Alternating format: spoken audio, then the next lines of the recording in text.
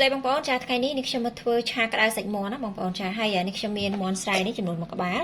នេះទម្ងន់វា1គីឡូ6ខាំណាបងប្អូនចាហើយនេះគ្រឿងដែលយើងត្រូវឆាក្តៅចាមានម្រះព្រៅចាស្លឹកក្រូចសើចចានេះគល់ស្លឹកគ្រៃនេះខ្ញុំយកកបិតមុខ2ឈួរបងប្អូនចាមានម្ទេសចាតែច្រើនតាមចុះចិត្តណាបងប្អូនចាអញ្ចឹងនេះខ្ញុំយកមាន់នេះទៅកាប់សិនបង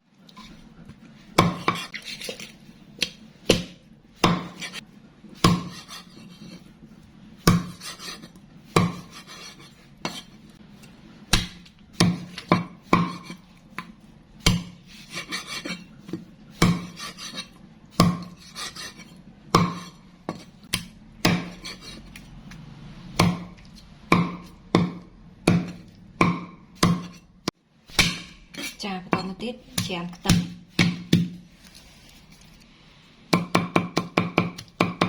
សម្រាប់ខ្ទឹមហើយម្ទេសបងប្អូនចង់បុកដាក់ក៏បានដែរចាបន្តមកនេះខ្ញុំហាន់ម្ទេស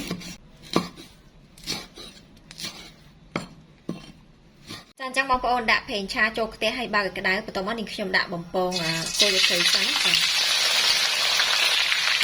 គល់ស្លឹកគ្រៃនេះបងប្អូនបំពងឲ្យវាឈ្ងុយចាហើយក៏ដាក់ស្លឹកក្រូចសើចចូលចាអញ្ចឹងនេះខ្ញុំបំពងគល់ស្លឹកគ្រៃហ្នឹងក្រៀមហើយបងប្អូនដាក់ស្លឹកក្រូចសើចចូលចាអញ្ចឹងនេះខ្ញុំបំពងប៉ុណ្ណឹងហើយបន្តមកនេះខ្ញុំស្រង់ចេញចាបងប្អូនបំពងឲ្យក្រៀមឈ្ងុយអញ្ចឹងណាចាបន្តមកទៀតនេះសាច់មាន់នេះខ្ញុំកាប់មិញហ្នឹងណាបងប្អូនចា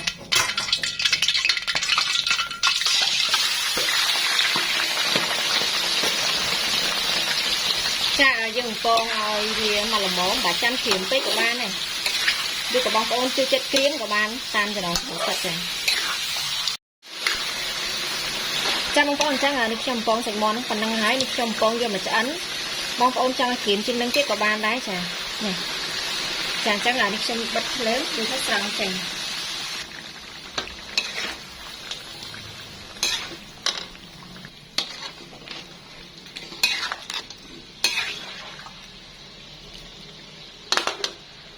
ចាបន្តមកទៀតបងប្អូនដាក់ខ្លាញ់មាន់ចូលមក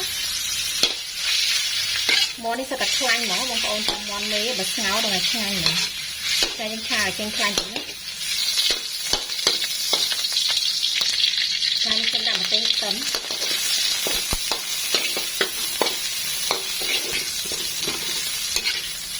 ឆាឈ្ងុយបងប្អូនចាបន្តមកទៀតខ្ញុំដាក់សាច់មាន់ចូល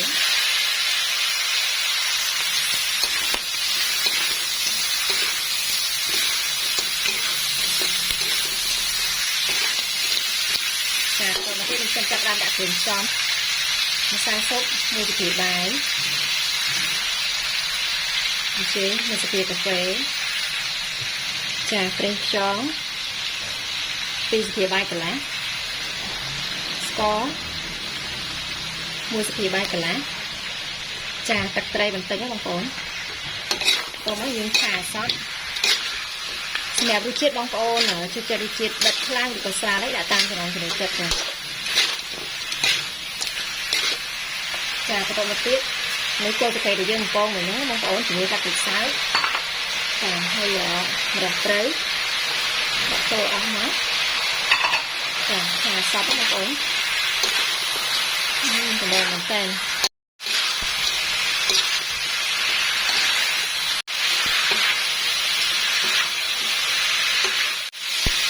ចាបងប្អូននេះអូឈ្ងុយមែនតើចាអញ្ចឹងឆាក្តៅសាច់មាន់របស់យើងចាឆ្អិនហើ